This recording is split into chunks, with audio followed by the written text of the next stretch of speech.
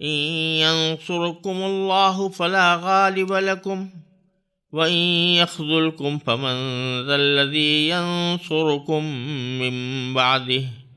وعلى الله فليتوكل المؤمنون وما كان لنبي أن يغل ومن يغلل يأت بما غل يوم القيامة ثم توفى كل نفس ما كسبت وهم لا يظلمون أفمن اتبع رضوان الله كمن باء بسخط من الله ومأواه جهنم وبئس المصير هم درجات عند الله والله بصير بما يعملون لقد من الله على المؤمنين إذ بعث فيهم رسولا من أنفسهم يتلو عليهم آياته ويزكيهم ويعلمهم الكتاب والحكمة وَإِن كَانُوا مِن قَبْلُ لَفِي ضَلَالٍ مُبِينٍ۔ ان آیات کا ترجمہ یہ ہے کہ اگر اللہ تمہاری مدد کرے تو کوئی تم پر غالب آنے والا نہیں، اور اگر وہ تمہیں تنہا چھوڑ دے تو کون ہے جو اس کے بعد تمہاری مدد کرے؟ اور مومنوں کو چاہیے کہ وہ اللہ ہی پر بھروسہ رکھیں، اور کسی نبی سے یہ نہیں ہو سکتا کہ وہ مال غنیمت میں خیانت کرے، اور جو کوئی خیانت کرے گا وہ قیامت کے دن وہ چیز لے کر آئے گا جو اس نے خیانت کر کے لی ہوگی، پھر ہر شخص کو اس کے کیے کا پورا پورا بدلہ دیا جائے گا اور کسی پر کوئی ظلم نہیں ہوگا۔ بھلا جو شخص اللہ کی خوشنودی کا تابع ہو وہ اس شخص کی طرح ہو سکتا ہے جو اللہ کی طرف سے ناراضی لے کر لوٹا ہو اور جس کا ٹھکانہ جہنم ہو، اور وہ بہت برا ٹھکانہ ہے۔ اللہ کے نزدیک ان لوگوں کے درجات مختلف ہیں، اور جو کچھ یہ کرتے ہیں اللہ اس کو خوب دیکھتا ہے۔ حقیقت یہ ہے کہ اللہ نے مومنوں پر بڑا احسان کیا کہ ان کے درمیان انہی میں سے ایک رسول بھیجا جو ان کے سامنے اللہ کی آیتوں کی تلاوت کرے، انہیں پاک صاف بنائے اور انہیں کتاب اور حکمت کی تعلیم دے، جبکہ یہ لوگ اس سے پہلے یقیناً کھلی گمراہی میں مبتلا تھے۔ غزوہ احد کے واقعات پر تبصرے کا سلسلہ ابھی چل رہا ہے، اور اس سے پہلے جو آیت تھی اس میں اللہ تبارک و تعالی نے مسلمانوں کو توکل کی تاکید فرمائی تھی کہ وہ اللہ پر بھروسہ رکھیں، اور یہ بھی فرمایا تھا کہ اللہ تعالی بھروسہ رکھنے والوں پر، توکل کرنے والوں پر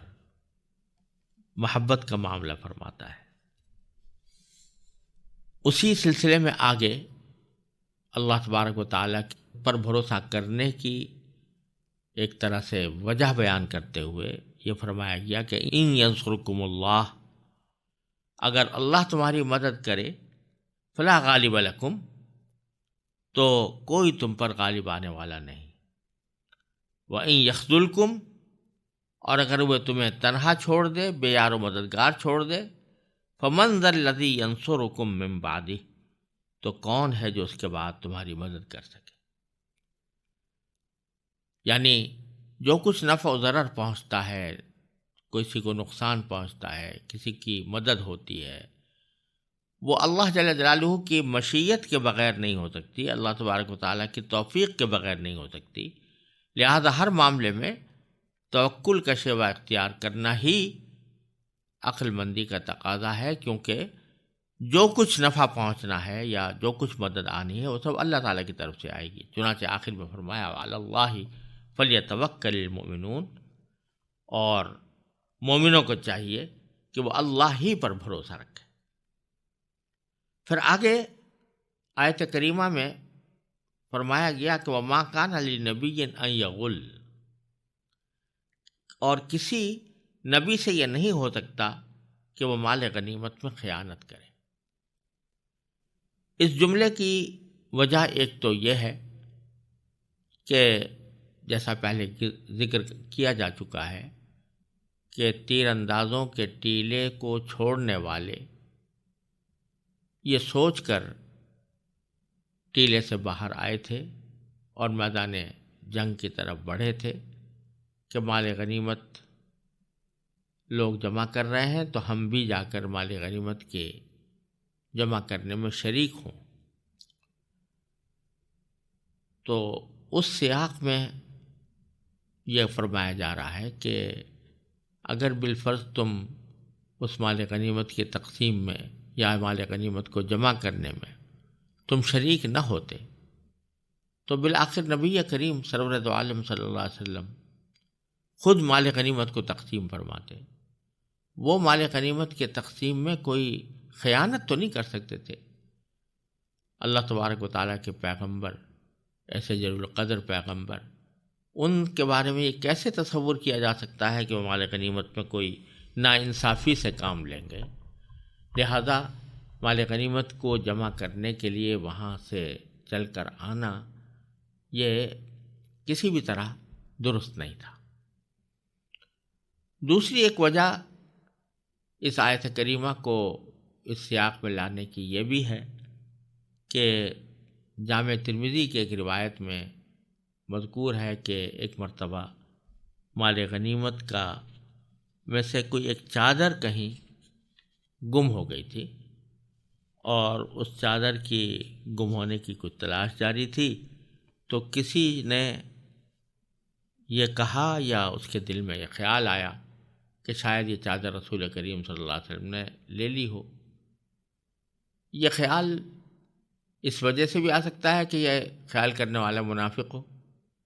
اور اس وجہ سے بھی آ سکتا ہے کہ کوئی مسلمان ہو لیکن وہ یہ سمجھ کر یہ خیال کر رہا ہو کہ رسول کریم صلی اللہ علیہ وسلم کو چونکہ مکمل اختیار ہے تو اس واسطے وہ کوئی چیز اگر اپنے لیے لینا چاہتے ہیں تو اس میں کوئی مذائقہ نہیں۔ تو اس خیال کی تردید کرتے ہوئے بھی یہ آیت کریمہ نازل ہوئی، اور یہ فرمایا گیا کہ کسی نبی سے یہ ہو ہی نہیں سکتا کہ وہ کوئی مال غنیمت میں خیانت سے کام لے۔ اور پھر آگے ایک مال غنیمت کی خیانت کا ایک مستقل حکم بیان فرما دیا۔ نبی سے تو ہو ہی نہیں سکتا، لیکن کوئی اور اگر کرے گا تو اس کا کیا انجام ہوگا؟ فرما دیا وَمَن یغلل، اور جو مال غنیمت میں خیانت کرے تو یأتی بما غل یوم القیامہ، تو قیامت کے دن وہ چیز لے کر آئے گا جس کی اس نے خیانت کی ہے۔ حدیث میں اس کی تشریح آئی ہے کہ رسول کریم صلی اللہ علیہ وسلم نے ارشاد فرمایا کہ جو شخص خیانت کر کے کوئی مال جمع کرتا ہے تو قیامت کے دن اس کے کندھوں پر سوار ہو کر وہ آئے گا، وہ مال جس کی خیانت کی تھی۔ یہاں تک کہ اگر کوئی جانور خیانت کے طور پر لے لیا تھا تو وہ جانور اس کے کندھوں پر سوار ہوگا، تو قیامت کے دن وہ اس کو لے کر آئے گا۔ ثم توفی کل نفس ما کسبت، پھر ہر انسان کو اس کے کیے کا پورا پورا بدلہ دیا جائے گا۔ وہم لا یظلمون، اور کسی پر کوئی ظلم نہیں ہوگا۔ یہاں یہ بات یاد رکھنے کی ہے کہ یوں تو خیانت کیسی بھی ہو حرام ہے۔ اگر کسی نے کسی کے پاس کوئی امانت رکھوائی ہے اور وہ اس میں خیانت کرے تو بہت بڑا جرم ہے، بہت بڑا گناہ ہے۔ لیکن اگر کسی ایک شخص کے مال میں کوئی آدمی خیانت کرے یا اس میں کوئی چوری کرے تو اس کا گناہ اور وبال اگرچہ بہت بڑا ہے، لیکن چونکہ ایک آدمی ہے، اس سے اگر کبھی معافی مانگ لی یا اس نے معاف کر دیا تو یہ گناہ معاف ہو جاتا ہے، اور ایک آدمی سے معافی مانگ لینا کوئی مشکل کام نہیں ہوتا۔ لیکن اگر کوئی مال ایسا ہے کہ جو کسی ایک آدمی کا نہیں ہے، اس میں بہت سے افراد شریک ہیں، جیسے کہ مال غنیمت میں خیانت. کیونکہ اگر کوئی مال غنیمت میں خیانت کرے تو مال غنیمت کسی ایک آدمی کا نہیں ہوتا، اس میں پوری قوم حصے دار ہوتی ہے، تمام مجاہدین حصے دار ہوتے ہیں. تو اگر کوئی چھوٹی سی چیز بھی وہاں سے لے گا تو اس کے معنی یہ کہ ان سارے مجاہدین کے حق کی پامالی کا وہ مرتکب ہوا جن کا اس میں حصہ تھا. لہذا ان کی معافی کرانا بھی بہت مشکل، کس کس سے آدمی معافی مانگے. اور یہی حال ہر اس مال کا ہے جو قوم کا مشترک مال ہو. جیسے سرکاری املاک ہوتی ہیں، بعض لوگ سرکاری املاک کو تباہ کرنے یا اس کو خراب کرنے یا اس میں کوئی تصرف کرنے کو معمولی بات سمجھتے ہیں، لیکن یہ کسی ایک شخص کے مال کی چوری کرنے سے کہیں زیادہ سنگین بات یہ ہے کہ کوئی سرکاری املاک کو نقصان پہنچایا جائے، کیونکہ وہ کسی ایک آدمی کا نہیں ہے، پوری قوم کا اس میں حق ہے. اور اگر آپ نے اس کے اندر حق تلفی کی ہے تو ساری قوم کا حق برباد کیا. اور اس سے معافی مانگنا کوئی آسان کام نہیں کہ آدمی ساری قوم سے معافی مانگتا پھرے، ممکن بھی نہیں ہے. اس لیے اس معاملے کے اندر قرآن کریم نے جو بات فرمائی ہے اس کو مال غنیمت کی خیانت کا خاص طور پر جو ذکر کیا ہے وہ اس کی اس سنگینی کو پیش نظر رکھ کر کیا گیا ہے. اور یہی معاملہ ان سب چیزوں کا ہے، ان سب اداروں کا ہے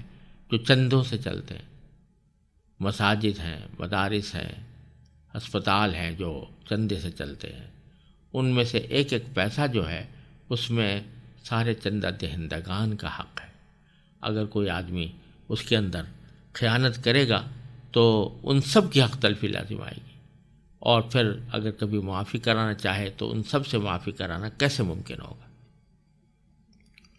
تو اللہ تبارک و تعالیٰ فرماتے ہیں کہ ہر انسان کو اس کے کیے کا بدلہ دیا جائے گا، کسی پر کوئی ظلم نہیں ہوگا. اگلی آیت میں فرمایا افمن اتبع رضوان اللہ کمن باء بسخط من اللہ، بھلا جو شخص اللہ کی خوشنودی کا تابع ہو وہ اس شخص کی طرح ہو سکتا ہے جو اللہ کی طرف سے ناراضی لے کر لوٹا ہو.